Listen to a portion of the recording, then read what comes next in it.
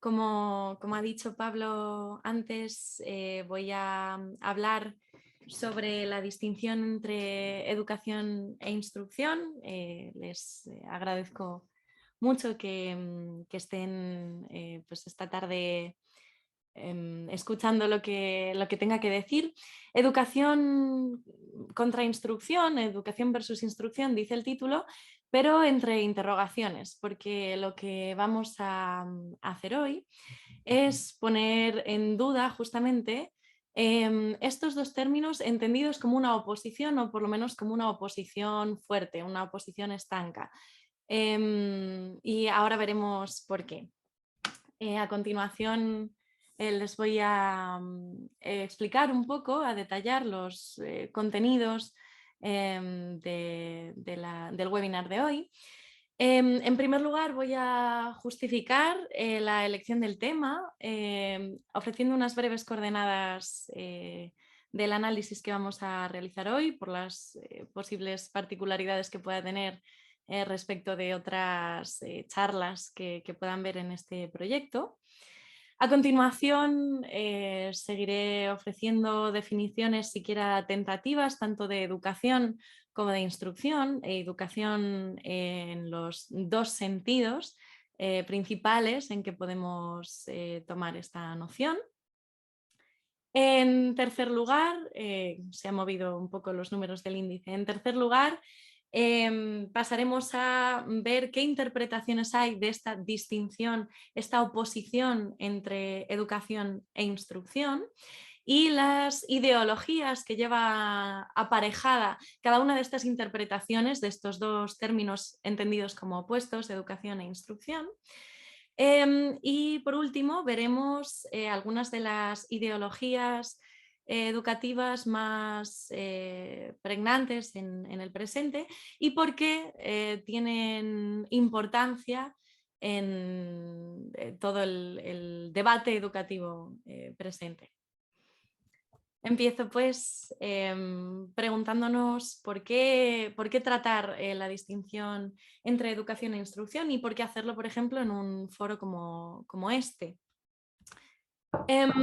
Bueno, las ideas de educación y de instrucción están constantemente presentes en el debate educativo, no únicamente en el de ámbito político, en el propiamente pedagógico, sino también en otras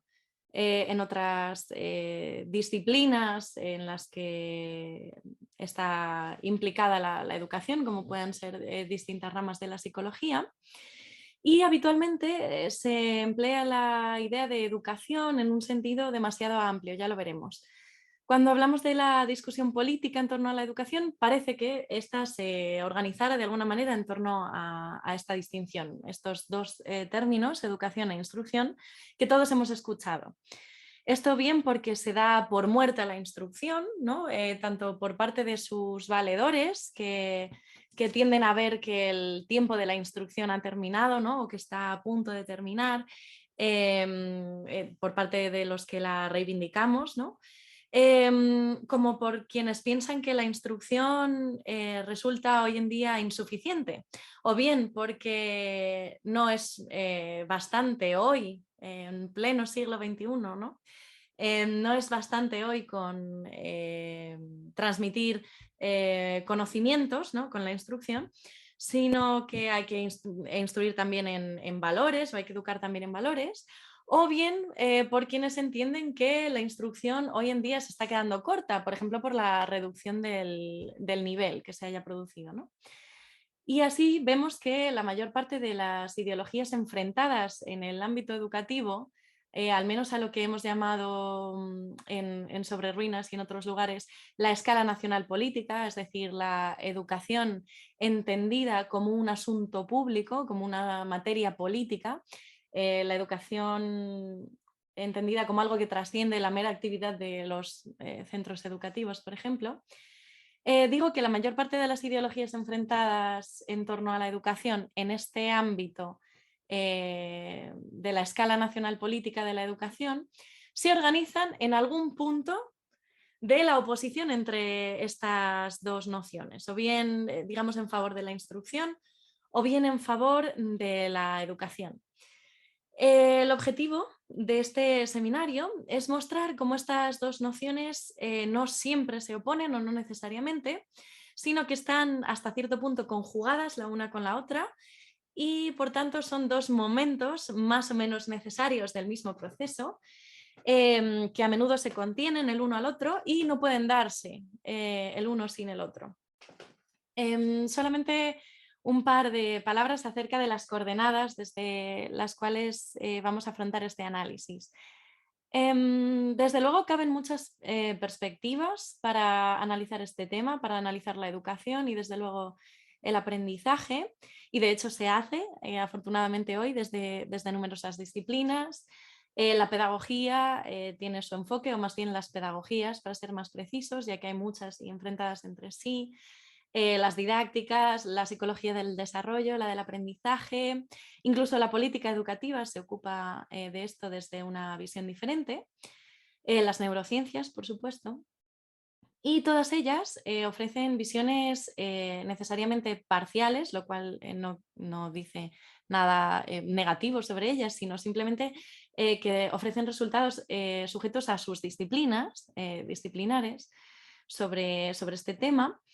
Y aquí, en cambio, vamos a adoptar una perspectiva filosófica, lo que es tanto como decir que vamos a adoptar una perspectiva de segundo grado, que tiene en cuenta los resultados y las ideas ofrecidas por las distintas disciplinas, pero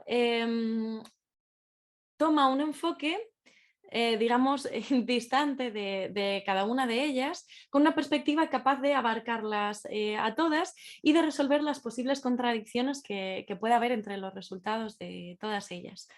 Es esta, digo, la perspectiva filosófica que es la que vamos a adoptar aquí, y en particular de una filosofía materialista. Esto es importante para entender por qué vamos a realizar la crítica de las distintas ideologías educativas que van asociadas a estas nociones. Una filosofía crítica, donde aquí crítica quiere decir clasificatoria, es decir, se van a ofrecer distintos sistemas de alternativas en los que algunas alternativas resultan más racionales que otras, lo cual fuerza a la toma de partido por estas en detrimento de las otras. Y bueno, como decíamos, de segundo grado. Hago esta aclaración porque imagino que entre la audiencia habrá personas interesadas en estos mismos asuntos, pero que quizá provengan de otras trayectorias o de disciplinas, de alguna otra disciplina de primer grado, científica, humanística, y que tal vez encuentren complementario este enfoque con el suyo propio. Vamos pues a ensayar alguna definición sobre la educación y la instrucción. Estas dos nociones que aparecen en el título de forma opuesta, vamos a intentar aproximarnos a ellas no todavía desde la oposición, sino para ver qué quiere decir cada una de ellas.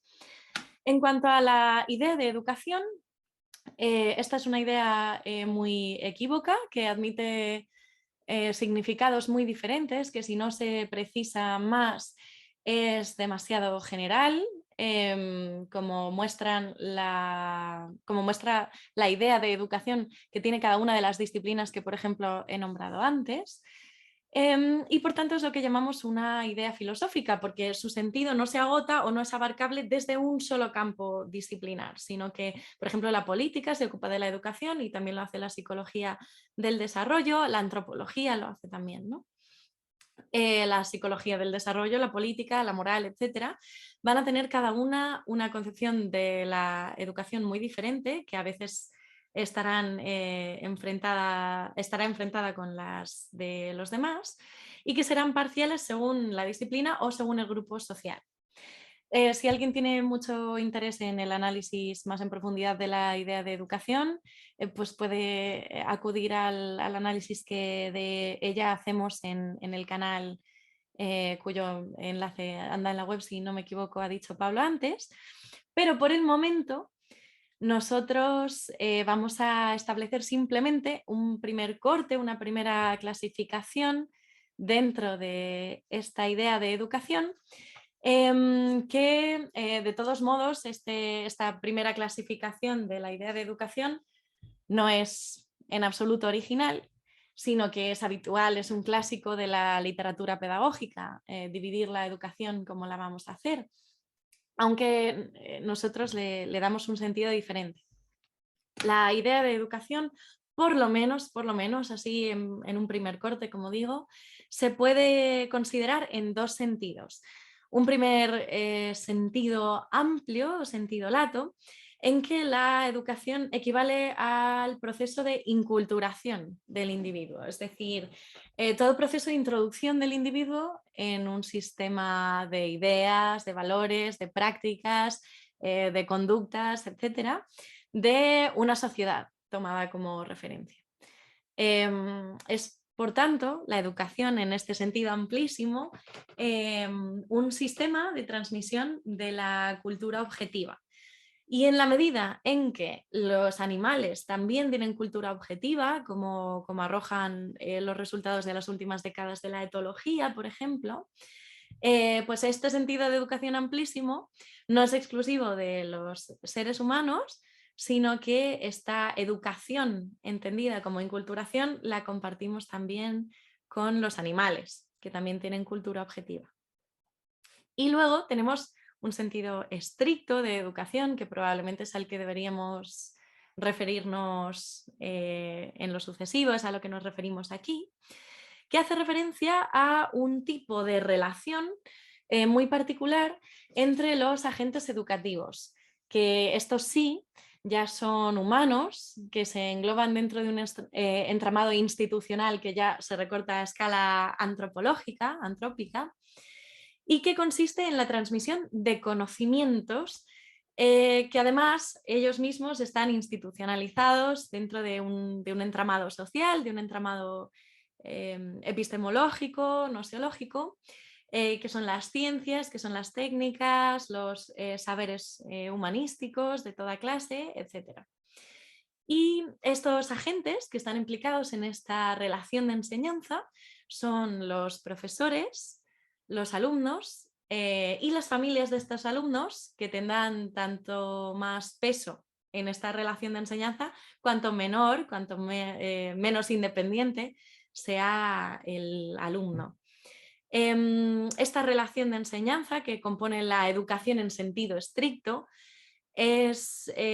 consiste en una serie de operaciones que realizan estos agentes que permiten dicha transmisión de conocimientos. Por lo tanto, la educación en este sentido estricto se orienta a un fin, y este fin, como decimos, es la transmisión de conocimientos.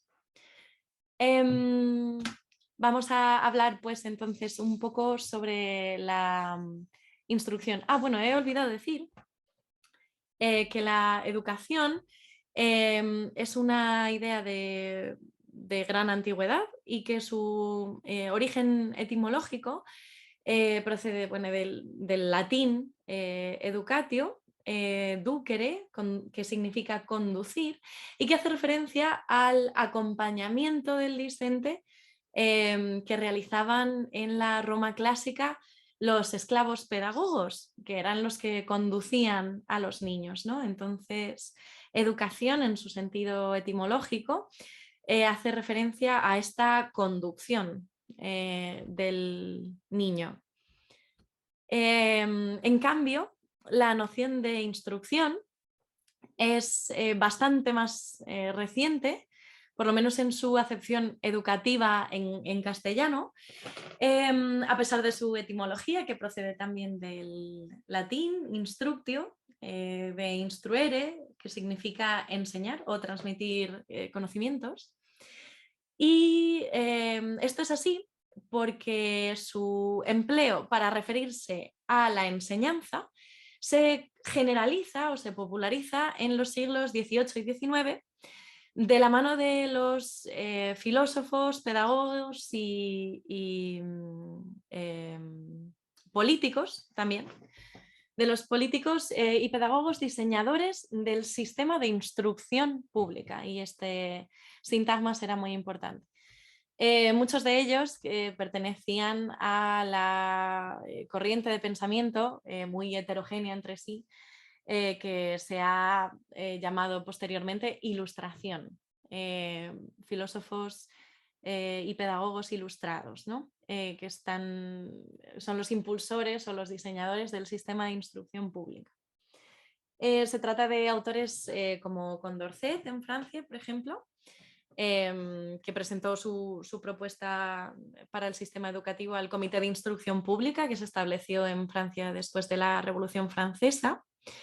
Y en España, por ejemplo, el empleo más relevante probablemente de este término es la Ley de Instrucción Pública, impulsada por el ministro Claudio Moyano en 1857 y que estuvo vigente hasta bien entrado el siglo XX. Prácticamente hasta 1970 en España. Pero bueno, antes de eso habían utilizado el término instrucción para referirse a la educación pública personajes tan relevantes como Jovellanos, como Quintana, Feijóo. Entonces, si se ve, la noción de instrucción está muy estrechamente vinculada con el surgimiento del Estado moderno y con la necesidad de organizar y de planificar la educación para grandes masas de población. Hago hincapié en este origen de la instrucción para que se vea la diferencia, digamos, histórica con la noción más antigua de educación. Esta es la razón, la necesidad de expandir la educación a grandes masas, por la cual, al contrario que la educación, que no necesariamente la tiene, la noción de instrucción tiene siempre un cierto alcance político relacionado con la distribución nacional de la educación, que eso es el sistema de instrucción pública, como parte de los planes y los programas de un Estado que es en esta misma época, cuando cae el antiguo régimen, que se decide poner en marcha este sistema de instrucción pública, ¿no? La razón por la que los estados modernos ponen en marcha sistemas de instrucción pública, o más bien las razones, son varias. Por un lado, la eliminación de los privilegios familiares y regionales que vienen de la mano pues, de la caída del antiguo régimen, hacen o favorecen, digamos, la ideología ilustrada que partía de la universalización de los conocimientos para todos, con independencia de su origen. Por otro lado, tenemos la incipiente revolución industrial junto con el desarrollo de las relaciones de producción que andando el tiempo transformó y consolidó el modo de producción capitalista en que hoy todavía estamos y que hacía necesario que grandes masas de obreros estuvieran cualificados y estuvieran especializados para poder, digamos, poner en marcha la ampliación del desarrollo de las fuerzas productivas en los distintos sectores que se estaban desarrollando en ese momento, ¿no? Esta especialización, esta extensión de la cualificación de los obreros se llevó a cabo mediante el sistema público de instrucción, el sistema educativo de masas. Y por último, porque parte de la ideología ilustrada de la educación puso de manifiesto la necesidad de educar a todos con independencia de su origen, como he dicho, y que creía en la autonomía individual a la hora de adquirir conocimientos y promovía, por tanto, la educación con una confianza en esta como motor de progreso social. O sea, el progresismo, la ideología progresista propia de la Ilustración, que fiaba, digamos, en la educación, en el sistema de instrucción pública, la mejora de la sociedad. No sé si puede parecer, y no sé si lo parece de hecho, que este es un enfoque más bien histórico de la idea de instrucción, mientras que la idea de educación la he analizado un poco desde el presente.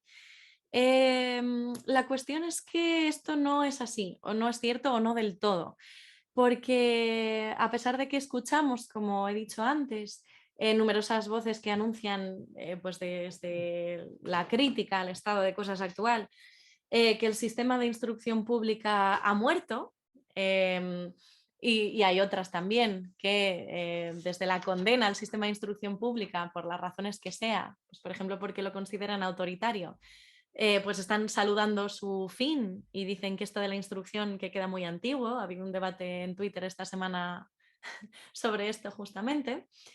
Y si se mueven ustedes en un entorno relacionado con la educación, pues habrán dado con estas ideas. A pesar de esto, digo, lo cierto es que los estados siguen teniendo sistemas de instrucción pública que están más o menos privatizados, que están más o menos vendidos a intereses de toda clase, pero que en todo caso siguen funcionando de acuerdo con su función principal, que es la de distribuir la enseñanza a todos los ciudadanos de ese estado según los mínimos, digamos, que exija la ley en cada caso, ¿no?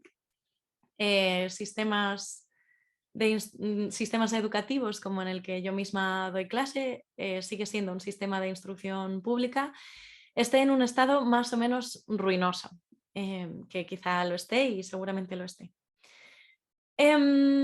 Así dicho, parece que se pudiera igualar de alguna manera la noción de instrucción con la que he dado antes de educación en sentido estricto, como transmisión de conocimientos. Las dos hacen referencia de un modo u otro a la transmisión de contenidos. Ahora bien, sin embargo, no es así porque ni toda enseñanza es instrucción científica, humanística, técnica, etcétera, ni todas las enseñanzas educativas que el Estado contempla como parte de sus planes o programas son educativas estricto sensu o no son educativas en este sentido de la relación de enseñanza que hemos dicho antes. Es el caso, por ejemplo, de la instrucción militar, por antonomasia, ¿no? Por lo tanto, educación en sentido estricto e instrucción no equivalen exactamente y esta es una clave para que veamos luego por qué quizá la oposición entre educación e instrucción no sea tan sencilla de aventurar. Venga, vamos a estudiarlas entonces. Esto último nos lleva a ello en forma de oposición, en forma de esta oposición, como digo, de origen ilustrado entre educación e instrucción y que veremos que hasta cierto punto es ideológica y que no puede sostenerse si no se considera dentro del marco de los intereses de un cierto grupo que los está haciendo valer, ¿no? Vamos a ver esta oposición en los tres sentidos que suele tomar habitualmente a día de hoy. Y vamos a ver hasta qué punto esta oposición es ideológica. Y cuando digo ideología, siguiendo la filosofía materialista a que me he referido antes, me estoy refiriendo a el tipo de ideas que hacen valer unos grupos frente a otros para distinguirse de ellos y para hacer valer sus intereses. A eso llamamos ideología. Vamos a ver entonces en qué tres sentidos se da hoy en día esta oposición entre educación e instrucción. Podemos observarlas. En primer lugar, tenemos la distinción que se hace entre educación e instrucción por su ámbito de aplicación. Esta primera división, que podríamos llamar en un sentido político, distingue educación como enseñanza privada, que sería aquella que se da en el seno de las familias, normalmente de índole moral o en valores, que no está regulada por la acción del Estado, frente a la instrucción, que sería la enseñanza pública o la que tiene lugar en los centros educativos. Ojo, de la titularidad que sea, no estoy aquí hablando de la educación que se da en la red de titularidad pública frente a la titularidad privada o privada concertada.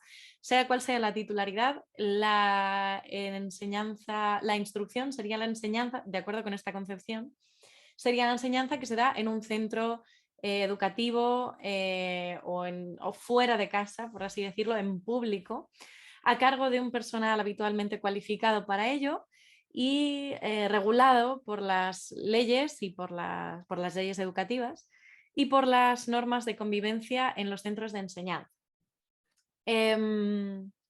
Esta concepción de la oposición entre educación e instrucción, si bien tiene tramos de verdad, como todas las que vamos a ver, porque además, como hemos dicho, la instrucción tiene de suyo un carácter político, porque hace referencia a la distribución de la enseñanza en toda la nación y porque es la política educativa la que se ocupa de estos aspectos públicos de la educación. No es verdadera en su totalidad o no autoriza a utilizarla, digamos, tan alegremente como se hace, porque no podemos decir que toda educación pública sea instrucción, ni que toda instrucción sea pública en este sentido de no privado, ¿no? Así, a veces la educación, tanto en contenidos como en valores, que se da en la esfera privada, también es materia pública, o sea, también es de interés público, aunque se produzca en la esfera privada. Y prueba de ello es que, por ejemplo, los padres que quisieran educar a sus hijos mediante métodos que contravinieran de alguna manera las leyes o el propio interés superior del menor, etcétera, pues estarían prohibidas y de hecho el Estado interviene en estos casos, ¿no? Porque los hijos no son propiedad de los padres, son su responsabilidad y están bajo su tutela, pero no son propiedad suya, de modo que no toda la educación que tiene lugar en la esfera pública en la esfera privada no es de interés público. Y a la inversa, porque la instrucción a veces también se da en la esfera privada y en este caso pues podríamos pensar en los profesores particulares o en los profesores que dan clase a domicilio por cualquier razón o incluso en el caso de los padres que instruyen en contenidos a sus hijos en la esfera doméstica, porque aunque el homeschooling o la escolarización en casa no está permitida en España como norma general, pues sí que se da a menudo que las familias, por ejemplo, quieren completar la formación de sus hijos en casa por los medios que sea. De esta manera, quienes dicen que la familia educa y la escuela instruye, tienen razón en que la transmisión de conocimientos, que es la relación de enseñanza, ya lo hemos dicho, es la principal función y la esencial de la escuela. Antes comentábamos fuera de cámara con Pablo que esto muchas veces depende de dónde pone uno el enfoque. Pues bien, el enfoque de la... donde pongamos el enfoque sobre la función de la escuela es aquí la clave. La función del sistema de instrucción pública es, o más bien, la función de los centros educativos es esencialmente la de la transmisión de conocimientos mediante esta relación de enseñanza entre profesores, alumnos y familias. Sin embargo, quienes esto dicen olvidan que también la escuela educa. No es esta educa en este sentido en valores, ¿no? No es esta su función principal, pero sí que es una función inevitable suya, que surge de forma natural, como también lo hacen otras muchas instituciones en las que se inscribe el individuo y que no son ni la escuela ni la familia. Por ejemplo, aquellos contenidos a los que tenga acceso, por ejemplo, pues, por ejemplo en YouTube o en Internet de cualquier índole. Entonces, hay un montón de instituciones que no son exclusivas de la familia, que educan en valores, por ejemplo, y entre ellas, por supuesto, y una muy importante, es la escuela en la que los discentes, por lo menos en los niveles inferiores, pasan largo tiempo, ¿no? Sin lugar a dudas, el sistema... bueno, además, a la inversa, ¿no? El mismo movimiento, pero al revés, no solo la escuela instruye, sino que esta relación de enseñanza puede darse también en otras instituciones, de nuevo, como en YouTube, puede darse, ¿no? Este tipo de instrucción fuera de la escuela, sin olvidar y sin perder de vista que la institución más importante en este sentido de la instrucción como transmisión de conocimientos es el sistema de instrucción pública, que bueno, es la única institución por la que obligatoriamente tienen que pasar todos los ciudadanos y que además es, al menos sobre el papel, igual para todos. Es obligatoria y es universal.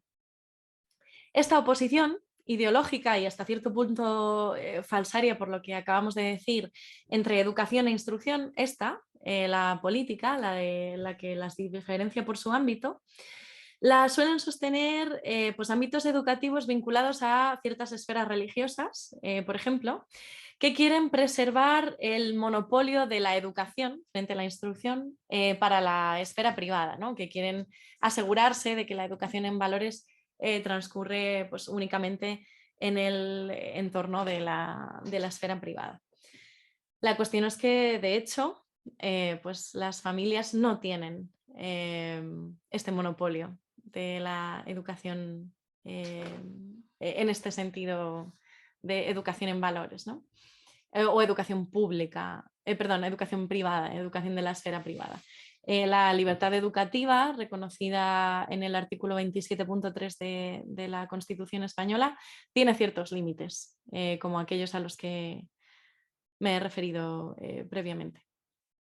Vale, pasamos entonces a la segunda concepción posible de esta división, de esta oposición, que es la que opone educación e instrucción por su método, a la que hemos llamado la distinción entre educación e instrucción en sentido psicológico.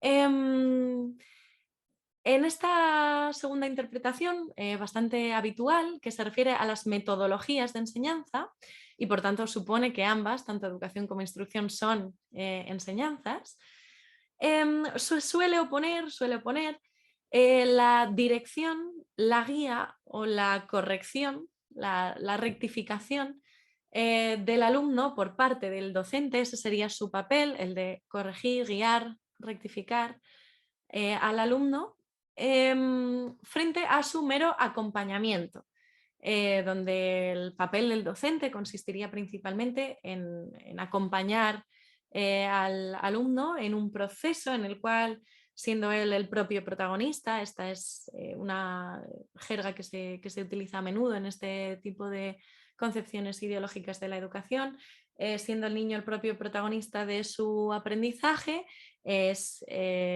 capaz de desarrollar por sí mismo ciertos impulsos innatos que tiene, y al profesor o al docente compete simplemente estar ahí para acompañarlo en ese proceso de desenvolvimiento.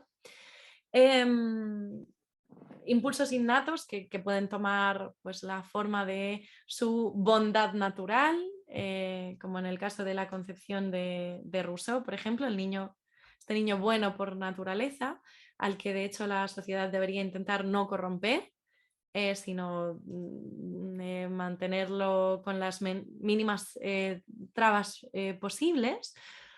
Ideas, por cierto, las de Rousseau, que han sido luego muy influyentes en el ámbito educativo.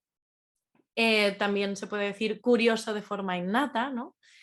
También se habla en estos términos, o lleno de motivación intrínseca. Bueno, en filosofías solemos decir que de la nada nada sale, entonces es difícil pensar o es difícil de asumir el concepto de motivación intrínseca en el sentido bastante simple en que se utiliza en la divulgación pedagógica actual, porque de dónde va a salir la motivación del alumno si no se implanta esa motivación desde fuera de algún modo, o simplemente si no se tiene siquiera conocimiento de que existe el campo y los conocimientos que deberían despertar esa motivación, ¿no? ¿Cómo puede uno con 16 años desarrollar la motivación suficiente para aprender, yo qué sé, pues a integrar, por ejemplo, si no sabe que existen las operaciones integrales y cómo hacerlas, ¿no?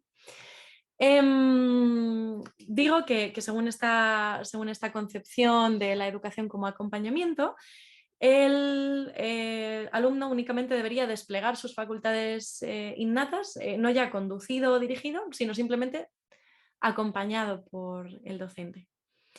Bueno, de nuevo, esta distinción es falaz, así puesta en estos términos, porque los alumnos no son agentes pasivos cuyos resultados dependan únicamente de la acción, ya sea rectificadora, guía, correctora, ya sea acompañadora, ya sea disciplinadora y castigadora o de colega con el alumno. Sus resultados, los resultados del alumno no dependen exclusivamente de la acción del docente, ni siquiera en la llamada escuela tradicional o modo tradicional de enseñanza, en que también es ideológica esta concepción, porque se supone del alumno que es pasivo, cuando la escucha, la toma de apuntes, etcétera, son actividades también activas o pueden serlo, ¿no? Ambos, tanto la guía y la conducción como el volar solo y el desarrollar el conocimiento por uno mismo, son dos momentos propios de todo proceso de enseñanza-aprendizaje, los dos, y se necesitan mutuamente. Esta interpretación de la oposición entre educación e instrucción, la metodológica, es un caso de ideología que nosotros hemos llamado polarización, que en el análisis que de esto hemos hecho, en que la instrucción, así considerada, eliminaría gran parte del papel del alumno. El papel del alumno prácticamente no importa aquí. Y sin embargo, no hay que olvidar que por mucho que uno gamifique las clases, que innove, que haga florituras, siempre habrá a quien pues, simple y llanamente no le apetezca, no le interese, no quiera trabajar en ello, esté en otra cosa o prefiera simplemente dormitar o dedicarse a otras cosas. Cualquier profesor en activo sabe esto, pero es que además es un poco, yo creo, de dominio común y casi natural. O por otro lado, por mucho que sepa transmitir el maestro, el profesor, este no puede estudiar por el alumno. Y el conocimiento, el aprendizaje, es un proceso individual, aunque se dé en grupo, es un proceso individual que cada uno debe transitar. Que cada uno debe afrontar de distintas maneras, que duda cabe, pero que el profesor no puede estudiar por el alumno, ni siquiera puede aprender por el alumno, ni comprender por el alumno. Esto en el caso de que la visión ideológica se enfoque excesivamente en la función del profesor. También cabe, dentro de los enfoques ideológicos posibles de esta distinción entre educación e instrucción, que se enfoque demasiado en el papel del alumno. Y entonces, en este caso, en vez de fijarse en el papel del profesor, como pasaba en el caso de la instrucción, en el de la educación, se pone al niño en el centro. Estoy hablando de pedagogías como la de Montessori, por ejemplo, se llaman así, pedagogías que ponen al niño en el centro o al alumno en el centro. Eliminan el papel del profesor y la serie de operaciones que él y solo él puede realizar en la relación de enseñanza, porque nadie, a diferencia de lo que está tan de moda ideológicamente hoy, nadie puede enseñarse a sí mismo lo que no sabe. Y si quieren, en la ronda de preguntas hablamos un poco acerca del autodidactismo. Esta ideología del niño en el centro Ya se puede detectar en la Ratio Studiorum jesuita del siglo XVI, triunfó también en la Institución Libre de Enseñanza y alcanzó su máxima popularidad pues, en los escritos de Comenio y de Rousseau, al que ya he nombrado, ¿no? con su famosa obra Emilio, y que ha sido muy influyente en el ámbito educativo. Y sin embargo, por alguna razón, a las pedagogías que tienen estas ideas se las sigue llamando, este principio metodológico, se las sigue llamando nuevas pedagogías. Quién sabe hasta cuándo serán nuevas, ¿no? Es como un poco como las nuevas tecnologías, no se sabe hasta cuándo será nueva tecnología Internet. El aprendizaje por descubrimiento, por ejemplo, no es nuevo en absoluto. Y esta distinción, otra vez, es ideológica porque en todo proceso de enseñanza-aprendizaje ha de haber por lo menos una fase instructiva, en estos términos, una fase de conducción, y otra fase educativa, una fase de desenvolvimiento y de aplicación personal. A veces se ha rebautizado, por cierto, esta distinción como saber y saber hacer, olvidando que el saber es una especie del saber hacer. Como la instrucción es un tipo de educación en este sentido, ¿no? Seguimos. Y por último, tenemos la tercera interpretación, que es la que distingue educación e instrucción por su objeto, que yo creo que es la que es más habitual. Esta se supone que la educación es el tratamiento y modelado de las emociones y de la conducta, mientras que la instrucción sería algo así como el modulado de la razón, alcanzado mediante el razonamiento y la instrucción científica y humanística. Es este el sentido que le confirió a la distinción cierta parte del pensamiento ilustrado, como Condorcet, que confiaba en la instrucción como motor del progreso social, como antes he dicho. Esta, entre contenidos y emociones, es una oposición dualista que probablemente está inspirada por el dualismo entre naturaleza y cultura, ¿no? Que es previo, pero que probablemente estalló después del romanticismo alemán, donde la educación sería algo así como educación de la naturaleza del niño, de su instinto, de su, no sé, de sus impulsos innatos, y la instrucción consistiría en culturizarlo, en introducirlo pues, en el canon científico, humanístico, etc. Esta división es idealista porque, y de esto probablemente sabrán mucho más que yo ustedes, o al menos aquellos de ustedes involucrados en psicología del aprendizaje y neurociencias aplicadas al ámbito de la educación. No hay nada en el hábito o en la emoción que excluya la racionalidad, esto es que las emociones son racionales, hoy sabemos que por ejemplo nos ayudan a tomar decisiones, y también a la vez sabemos que todo aprendizaje de contenidos requiere necesariamente de una serie de procesos que involucran las emociones en los sujetos involucrados, tanto neurofisiológicos como psicológicos, ¿no?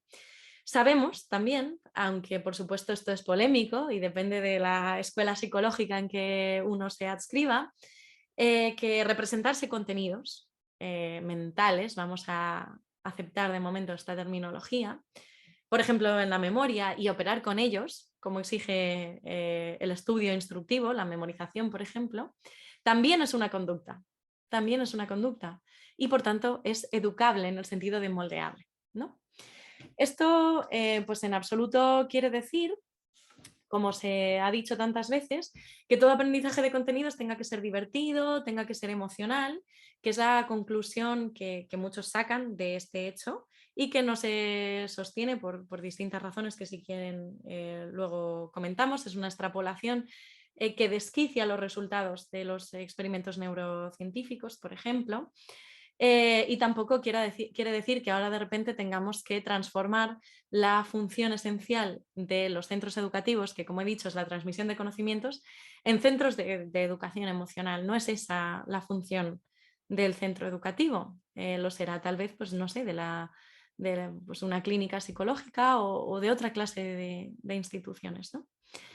La emoción y la razón se precisan entonces mutuamente porque no hay aprendizaje de contenidos totalmente desapasionado, ni hay modelado ni de la emoción y de la conducta que no tenga conceptos sin conceptualizar o que esté al margen del entramado de las normas morales, por ejemplo, de los distintos grupos humanos, ¿no?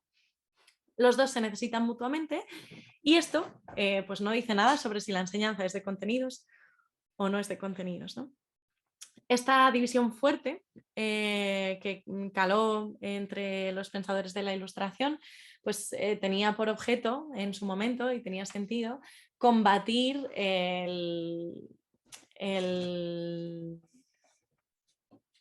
pues la superstición, por ejemplo, o combatir determinados vicios que tenía la educación popular en aquel momento, ¿no? Pero probablemente no sé si hoy sigue teniendo tanto sentido esta división fuerte. Hasta aquí, digamos, los distintos sentidos que pueden adoptar, que puede adoptar esta distinción, esta oposición entre educación e instrucción, estos dos términos, cuando entendidos como opuestos, no como lo he hecho yo al principio, y las distintas ideologías a que suelen hacer referencia. Entonces, ya he hablado de bastantes de las ideologías, por ejemplo, pedagogista, por ejemplo, de exageración del papel de los profesores en el proceso educativo, pero vamos a ver un poquito más cómo se organizan, en qué núcleos ideológicos, las distintas concepciones educativas de la educación que se ubiquen en alguno de estos polos de esta división, entendida como una división fuerte, o educación o instrucción. Tenemos por un lado los favorables a la instrucción frente a la educación, ¿no? Que, por ejemplo, insisten a menudo en el fin de la escuela pública tal y como la conocemos. Esto técnicamente, como he dicho antes, no es cierto. Los sistemas de instrucción pública siguen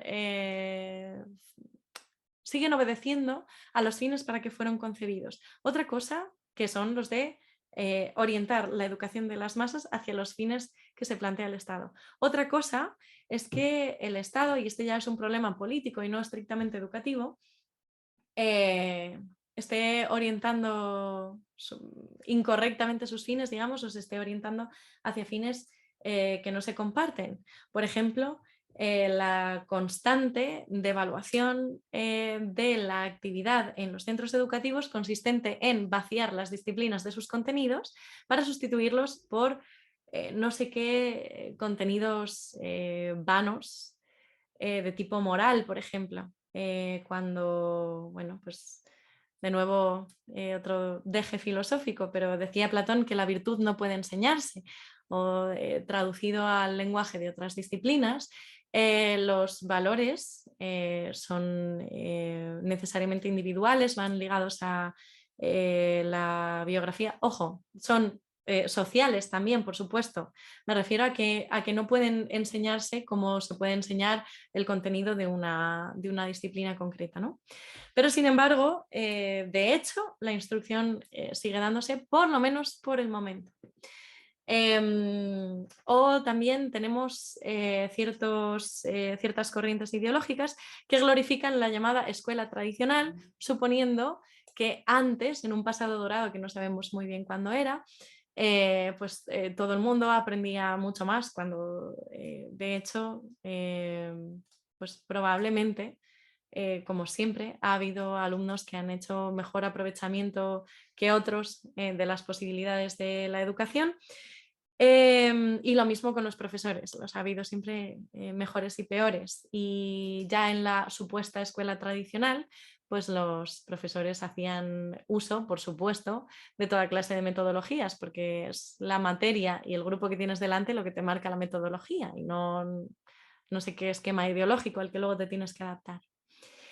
Esto podría englobarse en lo que podríamos llamar el decadentismo educativo, ¿no?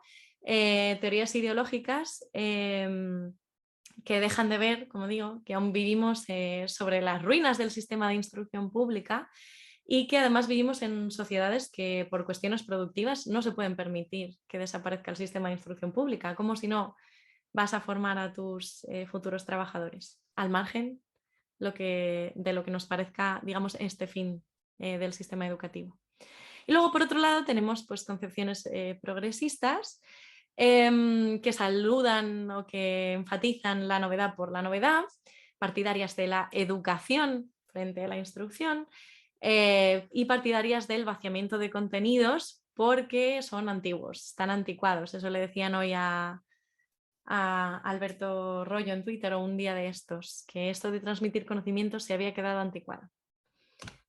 Una pequeña objeción y con ella termino.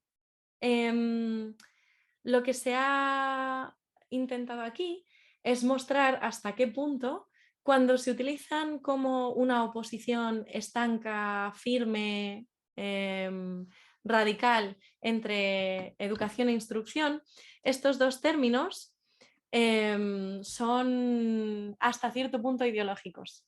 Sin embargo, lo que no se puede obviar es que estos términos se utilizan en el contexto de un encendidísimo debate de índole política en que hoy por hoy defender la instrucción, como yo algunas veces he hecho, ¿no? Posicionarse en favor de la instrucción en esta dicotomía falsaria que acabo de analizar, equivale a defender la sustantividad de las distintas disciplinas, es decir, la necesidad de respetar los contenidos propios de cada disciplina y de no aligerarlos en favor o bien de una especie de saber hacer o saber competencial, que ya hemos dicho no tiene sentido sin el saber de tipo descriptivo, ¿no?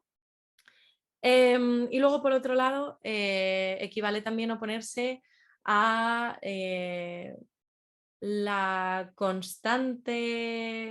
constante avance de las teorías que suponen que el papel de las instituciones educativas es el de educar emocionalmente o educar en valores, cuando, de nuevo, los valores, pues por definición, no se pueden enseñar. Solamente se pueden pues, aprender por imitación, por ejemplo, y las emociones tampoco tienen un contenido sustantivo que es el que pueda ser transmisible en una relación de enseñanza. Entonces, bueno, pues eso, si bien hay, digamos, si bien hemos caracterizado como ideológica la distinción entre educación e instrucción, pues tiene un cierto sentido en el ámbito del cruce ideológico de acusaciones entre, digamos, el bando instructivo y el bando educativo emotivista, vamos a decirlo así, ¿no? Pero esto me permite pasar ya a las conclusiones. Habría que plantearnos hasta qué punto estos dos bandos tienen sentido, ¿no? Así puestos, ¿no? Tan gruesos. Y es que tengo la impresión, cuando asisto al debate ideológico en torno a la educación, y estoy hablando, por supuesto, de personas del ámbito educativo, profesores, orientadores, etcétera, pero también estoy hablando de psicólogos, de filósofos, de antropólogos, que parece que se ven forzados, parece que nos vemos forzados a adoptar una posición en esta división estanca entre una y otra, y parece que haya que o bien desterrar totalmente la presencia de las emociones en la transmisión de conocimientos cuando esto es absurdo, y además hay mucha evidencia en contra de esta posición, ¿no? Todo depende, como siempre, de dónde se ponga el foco. Este no es el objetivo de la educación, pero tampoco se puede desdeñar la presencia por ejemplo, de las emociones en el proceso de enseñanza-aprendizaje. Es absurdo. O parece que haya que desdeñar absolutamente la instrucción como término o el sistema de instrucción pública, pues no sé, merced a que este sea una especie de correa de transmisión de la ideología dominante o algo así, o un sistema de opresión más o menos organizado que provenga de un régimen totalitario del pasado o algo así. Tengo la impresión de que al perder de vista que esta oposición, que estos dos conceptos entendidos como opuestos son ideológicos y plantean los problemas que yo he traído hoy aquí, nos obligamos a generar bandos que, desde mi punto de vista, están condenados a entenderse si es que quieren decir la verdad acerca de nuestra labor, acerca de la labor docente, acerca del proceso de aprendizaje, y que las supuestas contradicciones que se ven entre educación e instrucción, en este caso, muchas veces no son tales. Y bueno, pues una vez dicho esto, ya quedo a su disposición para preguntas, objeciones. Muchas gracias, Laura. La verdad es que ha sido un placer y yo creo que has hecho una función fantástica en reformular un poco la pregunta. Más que oponer educación a instrucción, parece que tenemos que especificar qué tipo de educación y qué tipo de instrucción, ¿no?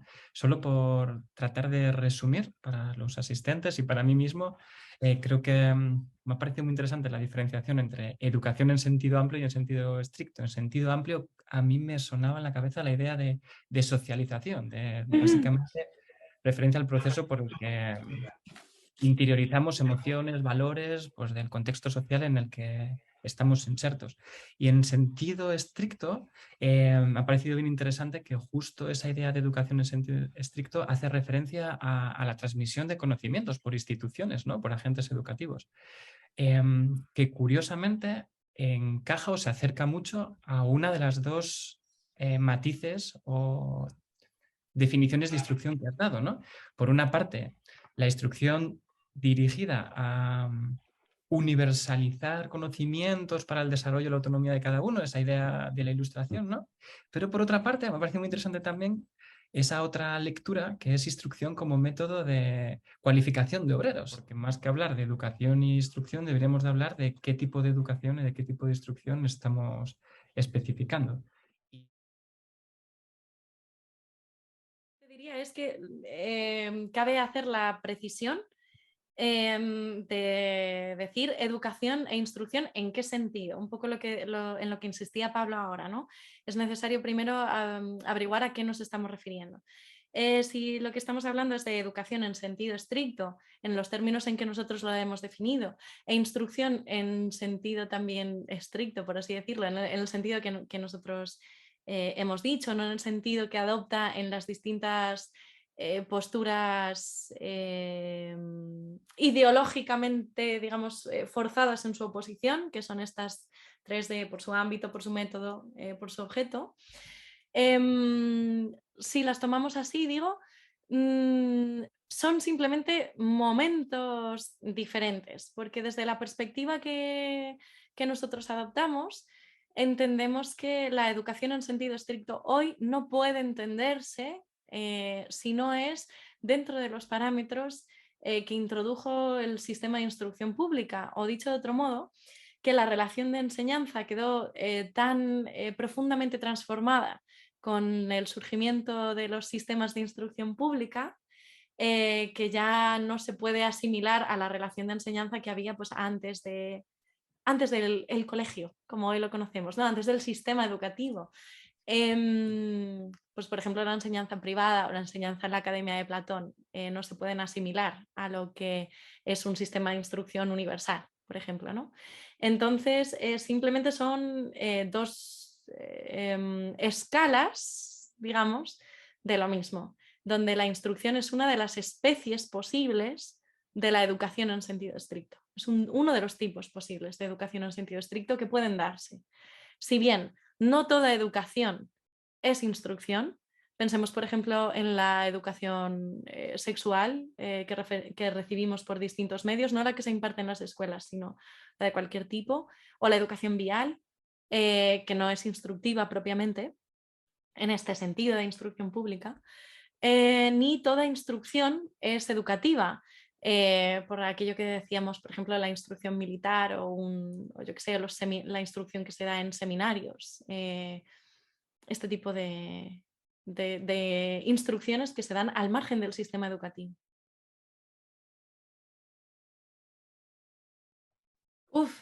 Vale. O sea, por un lado está la obra, el texto original de Rousseau, y por otro lado está la vulgarización. No sé qué sucede en el ámbito de la pedagogía, y que me perdonen o corrijan los pedagogos o la gente que haya estudiado ciencias de la educación que me esté escuchando.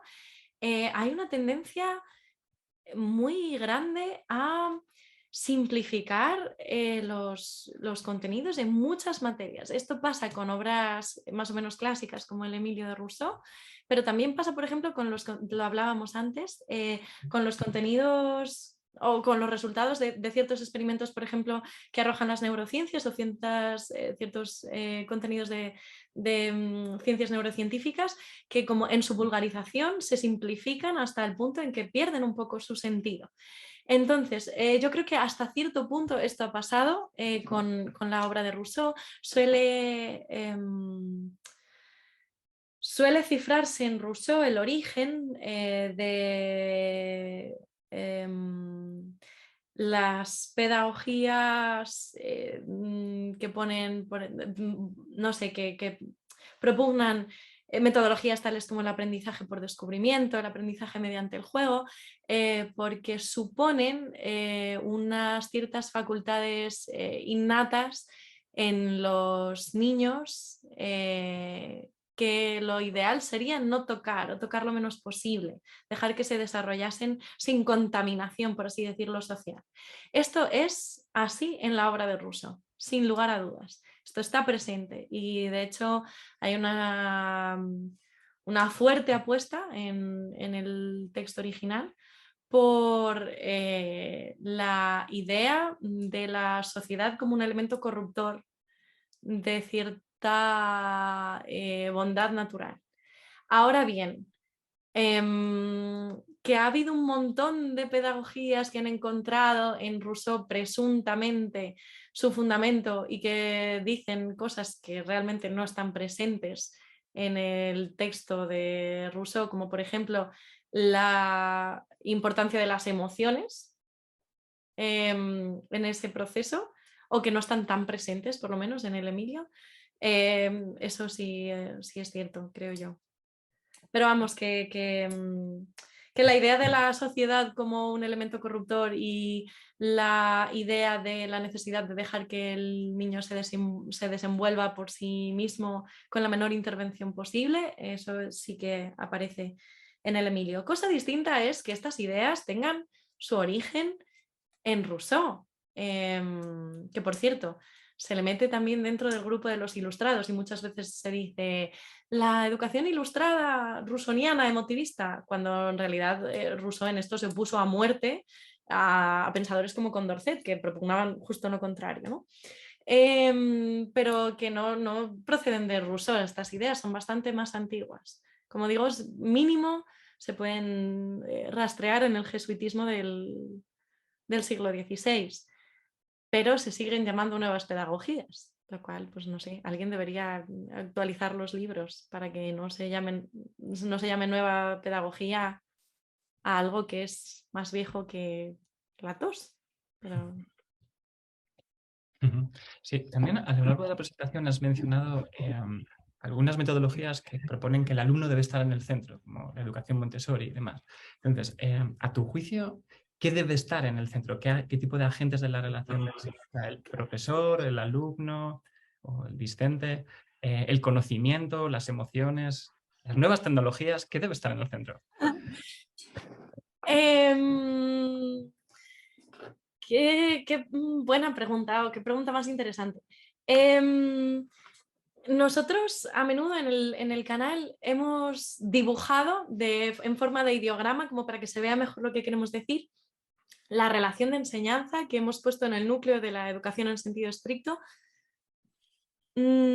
como una relación triádica entre tres polos, ¿no? Estos polos son, como he dicho antes, las familias que tienen más o menos peso según lo dependiente que sea el niño, ¿no? El estudiante, en el caso de los adultos, pues mucho menos o casi nada. El profesor y el alumno. Sospecho que en el centro no hay nada o no por principio, sino que se trata más bien, en el caso de la enseñanza, no de una circunferencia que tenga que tener un centro o incluso una esfera que tenga que tener un centro y ese centro lo deba ocupar el discente o el docente, ¿no? Sino que más bien se trata de una relación, como he dicho, una relación que implica una serie de operaciones y estas operaciones son diferentes según el lugar que uno ocupe en esa relación. En el caso del discente, esas operaciones incluyen cosas como pues, estudiar, hacer resúmenes, preguntar, atender, participar en la gamificación, lo que fuere. Y en el caso del profesor, pues otra serie de operaciones diferentes. Y la cuestión hasta el punto, o sea, según nosotros la entendemos la educación, como has dicho, como una noción funcional, es decir, incluso en el término, en la acepción algebraica de funcional, funcional que está siempre en función de otra cosa. Esta función es su fin y que es su fin la que la dota de sentido. Si su fin, en el caso de los centros educativos, el fin principalmente es la transmisión de conocimientos, como has dicho. En el caso de la instrucción pública, pues hay varios fines. Está, por un lado, por supuesto, garantizar cierta autonomía, o sea, que todos los ciudadanos tengan unos conocimientos mínimos que les permitan desenvolverse en el mundo, pero también la armonización social y la igualación de clase hasta cierto punto. Y también, por supuesto, la formación de trabajadores, que es una de las funciones ineludibles del sistema de instrucción pública, aunque no la única, eso que parece perderse de vista, ¿no? Entonces, como la educación es una idea funcional que está en función de otra cosa, pues estas operaciones de transmisión de conocimientos estarán en función, dependiendo del caso, de distintas cosas. Y si se trata de una relación de enseñanza orientada a la transmisión de las matemáticas, pues probablemente la clase de operaciones, relaciones, formas de hacer de las matemáticas sea lo que esté en el centro en ese momento. Y en otro momento habrá otra cosa en el centro. Pero estos esquemas de poner al profesor en el centro, a la familia en el centro o al alumno en el centro son engañosos y conducen a perspectivas necesariamente restrictivas de lo que es la educación, no lo bastante abarcantes, de que todo el mundo tiene su papel ahí, aunque el papel no sea el mismo en todos los casos.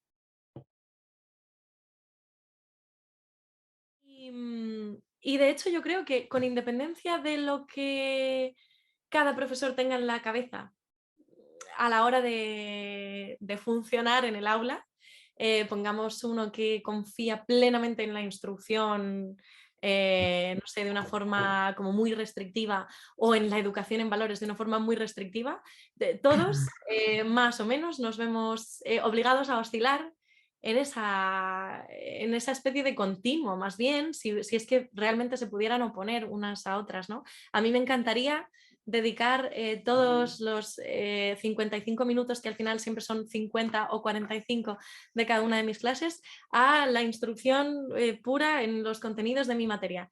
Pero es que no siempre es posible. Desde luego hago todo lo que puedo para conseguirlo, pero no es que no se puede. Así que completamente de acuerdo.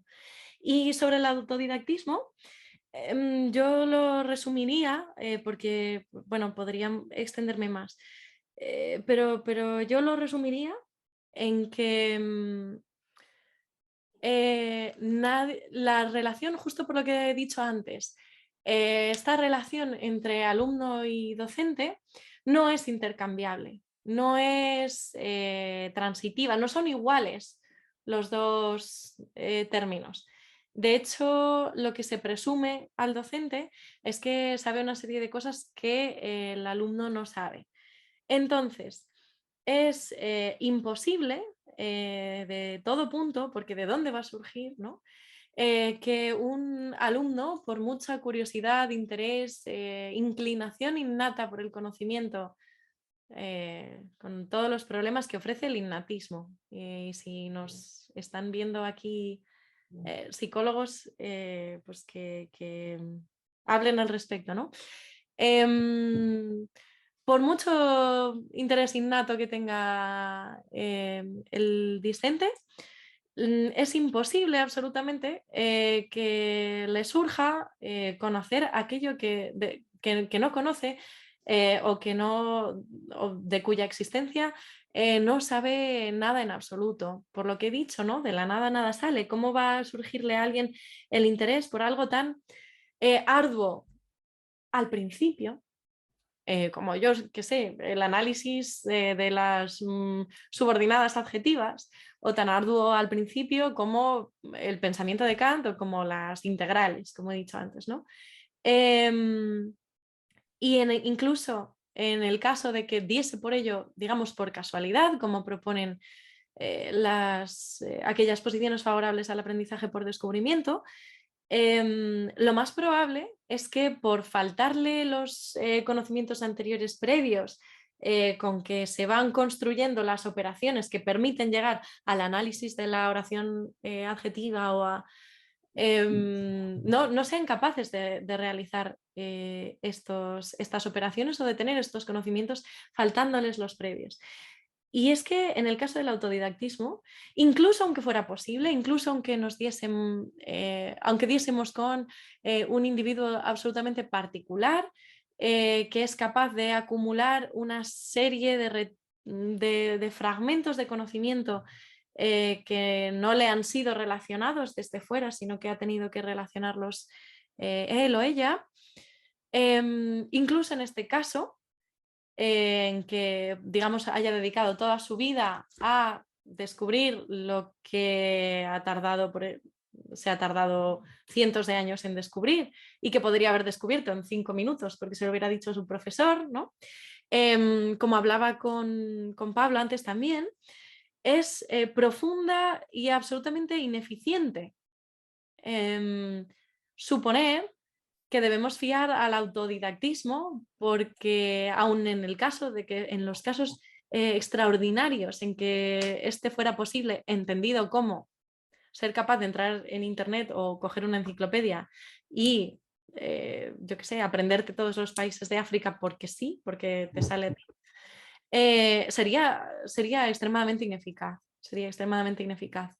Tiene mucho más sentido que ya que tenemos, de hecho, unas disciplinas cerradas con sus propios términos, operaciones y relaciones, con un saber acumulado institucional, en algunos casos de décadas o de incluso cientos de años, sería absurdo fiarlo a la intuición que ontológicamente es un poco sospechosa de cada uno, ¿no?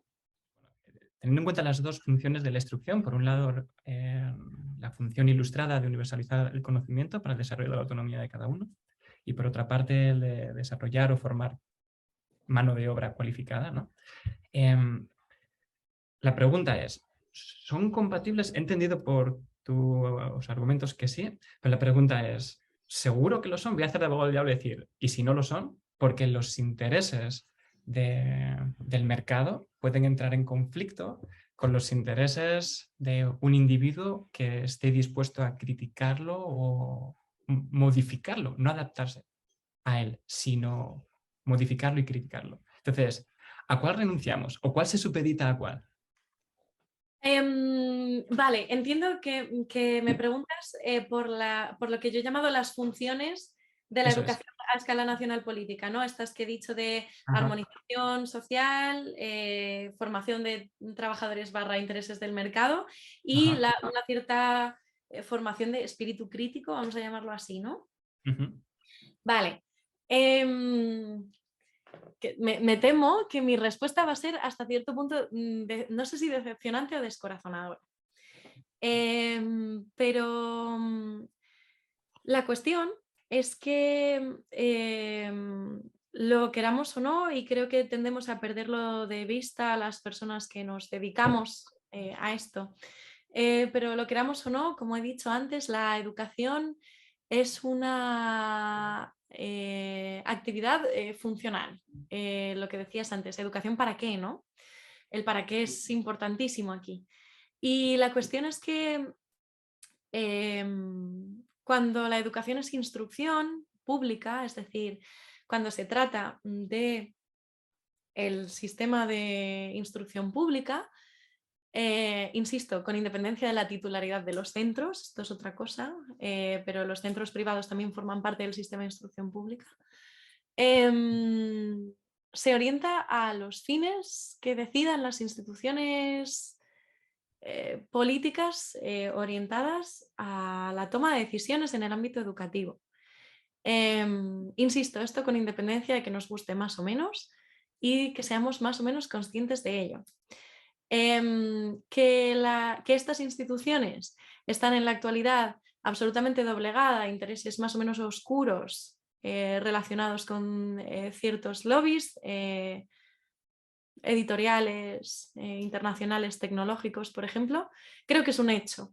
Se puede ver, tampoco hace falta tener, no sé, ser fan de ninguna teoría de la conspiración ni nada por el estilo, basta con acercarse a la exposición de motivos de cualquier ley educativa o ver, yo que sé, libros blancos de la Unión Europea, etc. Con lo que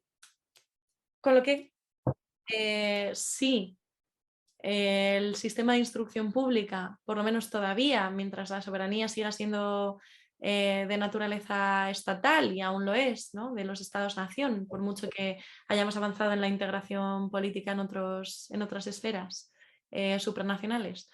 Mientras los sistemas de instrucción pública dependan de los planes de los estados, como es el caso, estaremos, lamentable o afortunadamente, a merced de los planes que manejen esos estados. En nuestro caso pienso que es lamentablemente, porque hay, o sea, bueno, pues que yo creo que se está legislando, la legislación educativa opera en nuestra contra, en la contra de los ciudadanos españoles, en estos tres ámbitos, en estas tres funciones, contra estas tres funciones. Yo no creo que haya que, digamos, diferenciar entre la formación del espíritu crítico, digamos, y la formación de, pues de los intereses como del mercado, o así por así decirlo, ¿no? Ahora bien, yo no... y hay otros estados en los que es afortunadamente porque se está legislando en favor de, por ejemplo, su competitividad o la formación de sus estudiantes. Ahora bien, yo no separaría de una forma tan radical los intereses del Estado y los del mercado, porque el mercado está a merced, en muchas ocasiones, de los designios de los estados, a lo mejor no del español, pero sí de otros estados imperiales, por ejemplo, pues yo qué sé, de Estados Unidos o incluso de agentes como la Unión Europea. De tal modo que, respondiendo ya a tu pregunta, sospecho que la formación de la autonomía y de ese espíritu crítico será una función prioritaria del sistema de instrucción pública solo en la medida en que esta formación del espíritu crítico sea uno de los planes del Estado o de los agentes que controlen el sistema de instrucción pública en cada uno de los estados de los que depende el sistema de instrucción pública. En el momento en el que esto no sea una prioridad o que, por ejemplo, amenace la continuidad de la propia sociedad política, pues no me cabe duda de que esa dejará de ser una función prioritaria.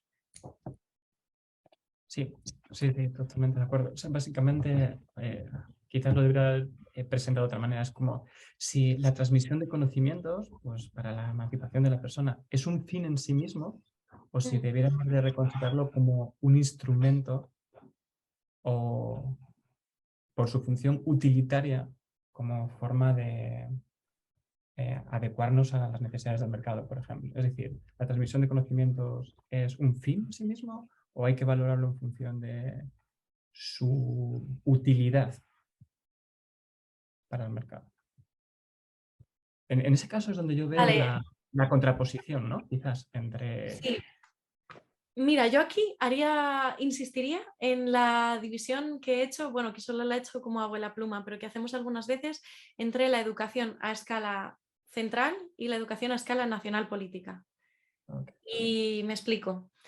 La educación que tiene lugar en los centros educativos tiene como fin, no en sí mismo si quieres, pero sí como fin esencial o fundamental, la relación de enseñanza, que es esta transmisión de conocimientos. Y esta además es la función esencial de las instituciones específicamente diseñadas para distribuir esta relación de enseñanza, que son los centros educativos. A esta escala, en la escala educativa central de los centros educativos, de la práctica docente, la transmisión de conocimientos es el fin. Ahora, si miramos la educación desde un punto de vista político, desde la escala nacional política, mi posición es que la transmisión de conocimientos no es un fin en sí mismo, sino que los fines son estos tres que he dicho, que quizá haya más.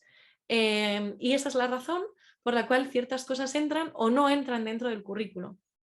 Y esta ya no es una cuestión educativa, esta ya es una cuestión estrictamente política, porque qué entra o qué no entra en el currículo, de acuerdo con si preservamos ciertos conocimientos dentro del currículo porque forman parte del canon, de la tradición heredada, o no, porque no son lo bastante útiles, eso es una decisión que ya se está tomando desde un punto de vista que el legislador debe contemplar elementos que ya no son estrictamente educativos. Ahora bien, a nivel central, digamos, en cuanto a la función de las escuelas, la transmisión de conocimientos es el fin, sin lugar a dudas. Esta, como digo, es una respuesta, yo creo, descorazonadora, porque es muy tentadora la idea del valor del conocimiento en sí mismo, y sin lugar a dudas lo tiene. Pero la política, me temo, se rige por otras reglas más crudas y se las puede llamar utilitarias, yo creo, se podría llamarlas así, pero no son solo utilitarias, sino que tienen que ver con que el sistema de instrucción pública es una red de instituciones con un cierto coste, en las que lamentablemente se aplican las leyes de la economía política y por tanto hay escasez no solamente de recursos, sino también de tiempo. Estoy muy de acuerdo con lo que dijiste antes. Si ponemos énfasis constantemente en la educación emocional y en valores, es que no tenemos literalmente tiempo para abordar los contenidos sustantivos de las distintas materias, ¿no? Entonces yo en este caso no quiero decir que haya que plegarse absolutamente a los designios de las leyes y punto. Sino que la batalla aquí no hay que darla en los centros educativos, sino como ciudadanos, exigiendo la clase como ciudadanos o con grupos de ciudadanos, sindicatos, partidos, lo que fuere. Pero que esta ya es una lucha de tipo político, que no es estrictamente educativa, no es estrictamente pedagógica. El contenido del currículo, como campo de batalla, que lo es una cuestión de índole ya casi más política, o más bien, no casi más, de política educativa, mucho más que una cuestión pedagógica, por ejemplo.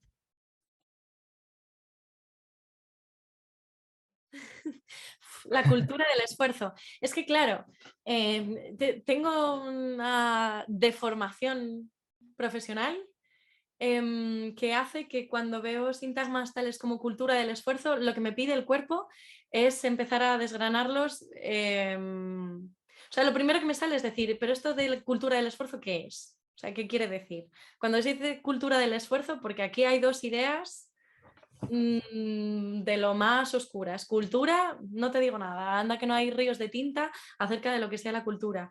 Y el esfuerzo, claro, el esfuerzo significa lo mismo, yo qué sé, en física, por ejemplo, que a lo que se refiere la gente que habla de cultura del esfuerzo.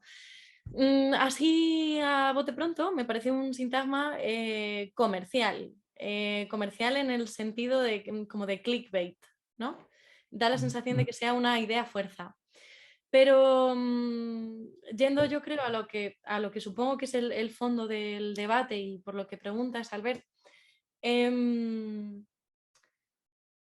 la sospecha que hoy despiertan ideas como esfuerzo, mérito, sospecho que tiene que ver con una losa ideológica que pesa sobre el sistema de instrucción pública, en particular en España, además por la tradición de, o sea, por el franquismo, por nuestra historia reciente, pero en todos los países de lo que se ha venido a llamar Occidente. Presumo también que por influencia de Mayo del 68 y de una serie de ideologías aparejadas al pensamiento francés de esa época, que es la continua sospecha de que el sistema de instrucción es un mecanismo autoritario de reproducción de la cultura o de reproducción de la ideología de la clase dominante, o una mera correa de transmisión de la ideología de la clase dominante, o en el caso de Foucault, por ejemplo, un dispositivo disciplinario diseñado para vigilar y castigar, ¿no? Entonces, yo creo que parte del desprestigio que ahora tienen nociones como esfuerzo, que resulta bastante a alguien, por lo menos a mí, ¿no? Un poco incomprensible, tiene que ver un poco con esto, con la sospecha o bueno, con la sospecha y hasta cierto punto con la constatación de que lo que parecía el ascensor social está hasta cierto punto roto, o con que esto de que uno se esfuerce no le garantiza a uno nada en la vida, sino que son una serie de privilegios con los que se nace o con los que se cuenta, los que realmente van a determinar lo que uno hace o hasta donde uno llega, ¿no? Yo creo que hay un principio muy racional, en la crítica a la cultura del esfuerzo, la meritocracia, llámese como se quiera, que es esta idea de que el juego está amañado y de que hay mucha gente que se esfuerza mucho y no obtiene muy buenos resultados. Esto es evidentemente cierto. Ahora bien, me parece una estafa a gran escala el suponer y el además vender a nuestros alumnos, como hacemos constantemente, que sin esfuerzo puede llegar a lograrse determinados objetivos. Con esfuerzo a lo mejor logras lo que hoy en día se considera de una forma tristemente reduccionista el éxito, que suele hacerse además coincidir con el éxito económico, lo cual pues ya es bastante discutible, ¿no? Con esfuerzo puede que alcances el éxito o puede que no, pero sin esfuerzo es muy difícil. Por ejemplo, el aprendizaje.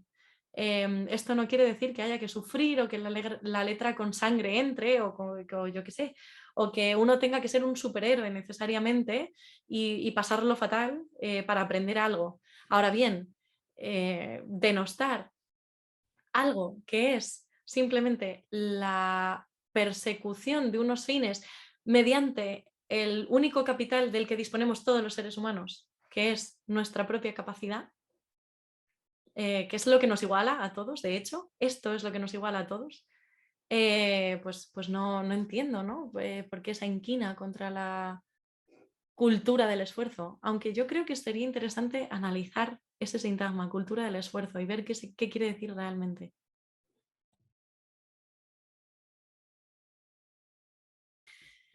Lo que ocurre es que esta idea es tentadora, especialmente para quienes nos dedicamos a esto. Es tentador pensar lo que tú dices, que uno está como salvando el mundo, que es un pequeño héroe cotidiano o algo así. Este tipo de épica triunfalista es bastante habitual entre profesores. Por supuesto, a mí me parece tan ideológica como la que piensa que somos meros elementos de transmisión de la ideología dominante, ¿no? Creo que la revolución se hace con un fusil y no como en una tiza, probablemente es posible que los elementos ideológicos o las ideas que desemboquen en la revolución hayan salido de una tiza o puedan haber salido de una tiza, pero en todo caso, como dices, la política tiene sus propias reglas y la educación no las sigue, y muchas veces tendemos a pensar en los... Ya digo, yo creo que es porque como los profesores estamos en contacto con la tradición, y consideramos muy valioso aquello que enseñamos, pues tendemos a pensar que le estamos salvando la vida a los alumnos, pero no es así, o por lo menos no siempre es así, y en todo caso no es necesario que sea así, eso es lo más importante. Que los profesores tenemos obligaciones políticas como exactamente cualquier otro ciudadano. Ese es mi modo de verlo, como cualquier otro, y que además estas obligaciones políticas deben realizarse fuera del aula para mí. Estaba buscando justo, que la acabo de encontrar, una cita de Max Weber que a mí me gusta mucho y que en siempre que sale este tipo de debates a mí me gusta sacarla porque creo que da muy buena cuenta de por qué los profesores no debemos utilizar la tarima, los que la tengamos, yo tengo, para fines que encontramos justos en la esfera pública, sino que eso debemos hacerlo en tanto ciudadanos y no en tanto profesores. Y dice: el profesor que se siente llamado a ser consejero de la juventud y que goza de la confianza de ésta, puede realizar su labor en el contacto personal, de hombre a hombre. Y si se siente llamado a intervenir en los conflictos existentes entre las distintas concepciones del mundo y las diversas opiniones, que lo haga en la plaza pública, en donde discurre la vida, en la prensa, en reuniones, en asociaciones o en donde quiera, no en las aulas. Resulta demasiado cómodo mostrar la fortaleza de sus opiniones allí en donde los que le escuchan, que quizá piensen de otro modo, están condenados al silencio. Yo creo que es bastante ilustrativo de lo que quiero decir. Y no solo están condenados al silencio, habría que añadir a lo que dice Weber, están en un periodo de formación en el que necesariamente, porque así es la vida, ignoran más cosas que quien se dirige a ellos. Entonces, incluso cuando vayan a acabar tal vez en el mismo punto ideológico en que se encuentra uno, este también es un camino que ha de transitarse de forma individual, si lo que se quiere es tener ciudadanos comprometidos y críticos. Si lo que se quiere es tener un ejército de adolescentes, no, claro.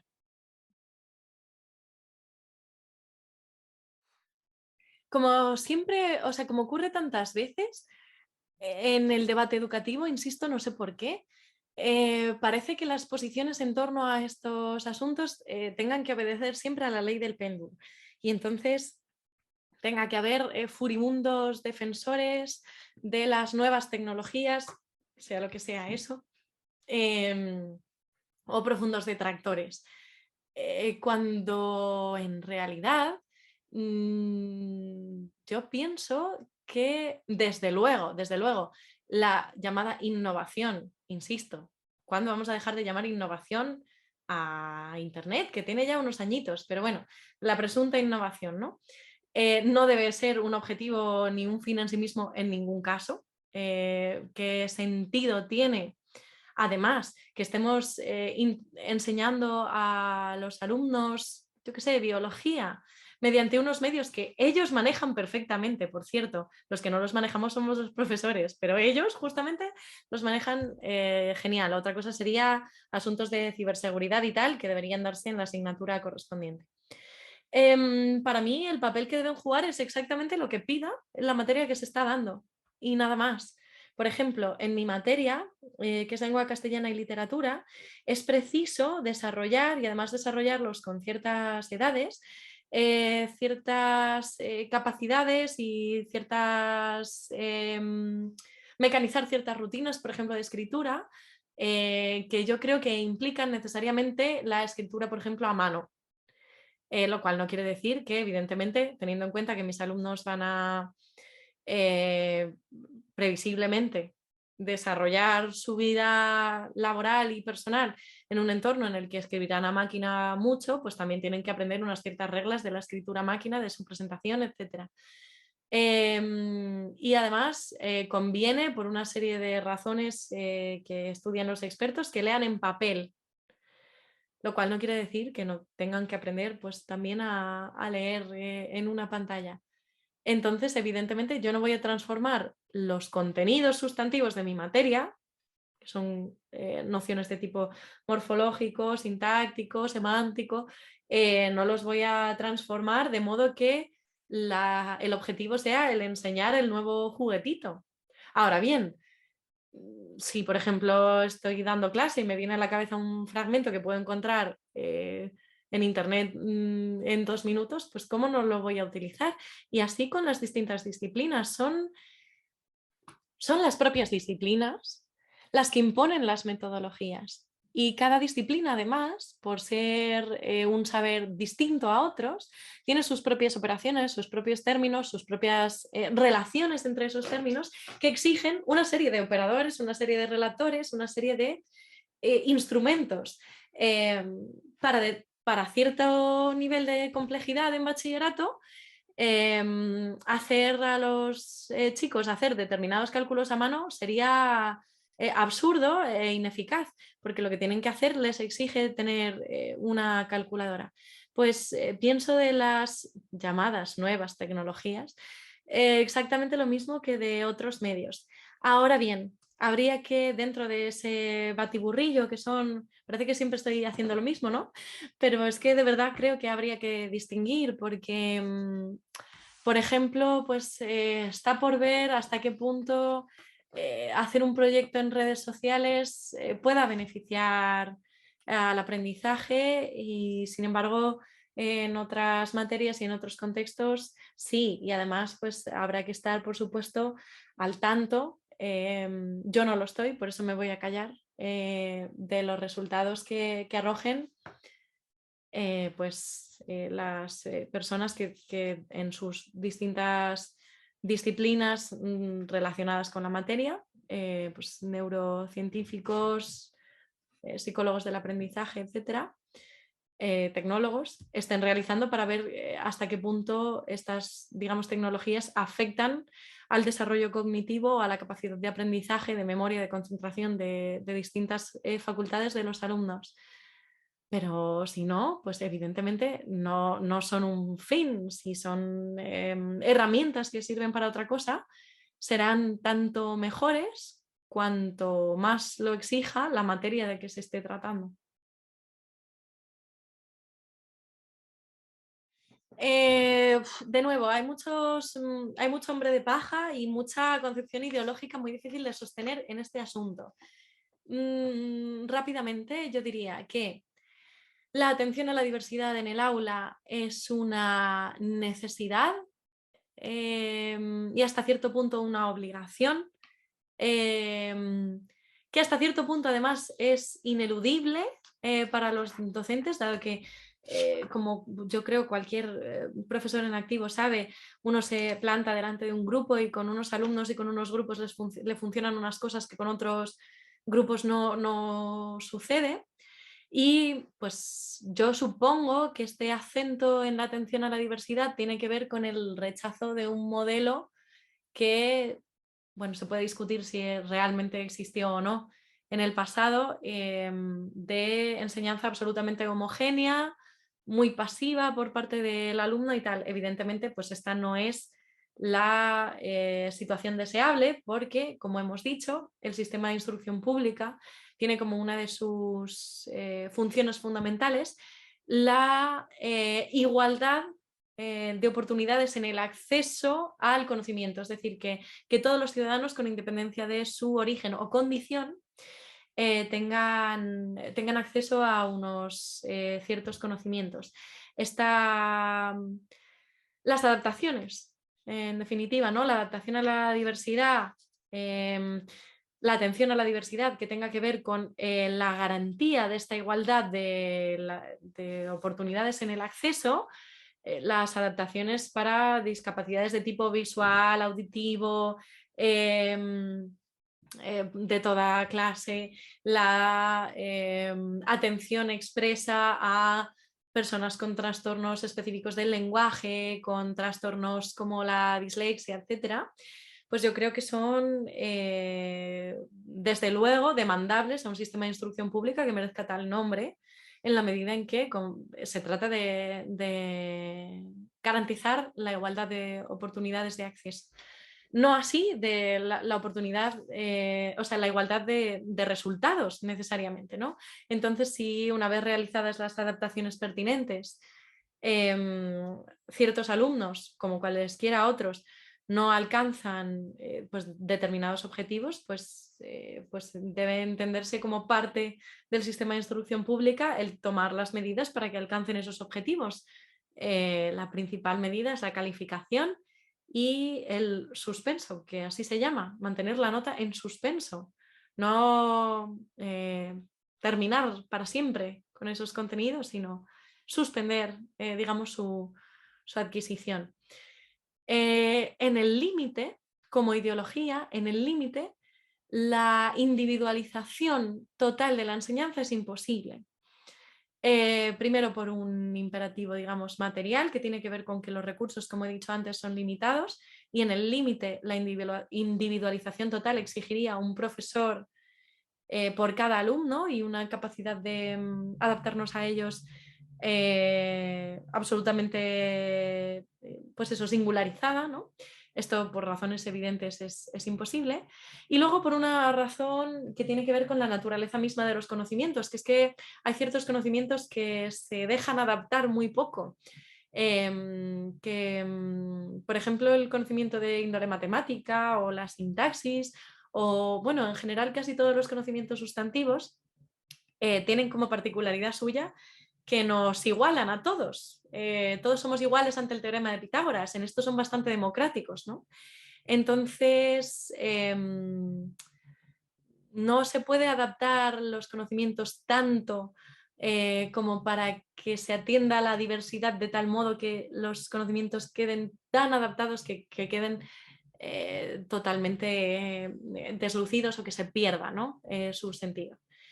Pero hecha esta salvedad, naturalmente, que compete a los profesores el adaptar y hacer posible la transmisión de esos conocimientos a las capacidades de su alumnado con el fin de garantizar, digamos, esa igualdad de acceso, y no compete al docente garantizar la igualdad de resultado, es decir, estafar a aquellos de sus alumnos con o sin adaptaciones que no alcanzan los objetivos diciéndoles que saben cosas que en realidad no saben.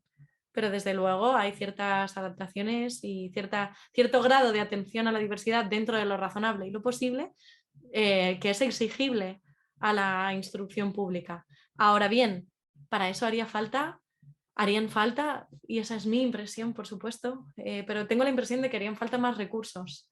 Yo muchas veces sufro, no quiero exagerar, ¿no? Sufro, bueno, me gustaría al menos poder individualizar más la enseñanza, y se me hace un poco difícil por el volumen absolutamente desorbitado de alumnos que tengo.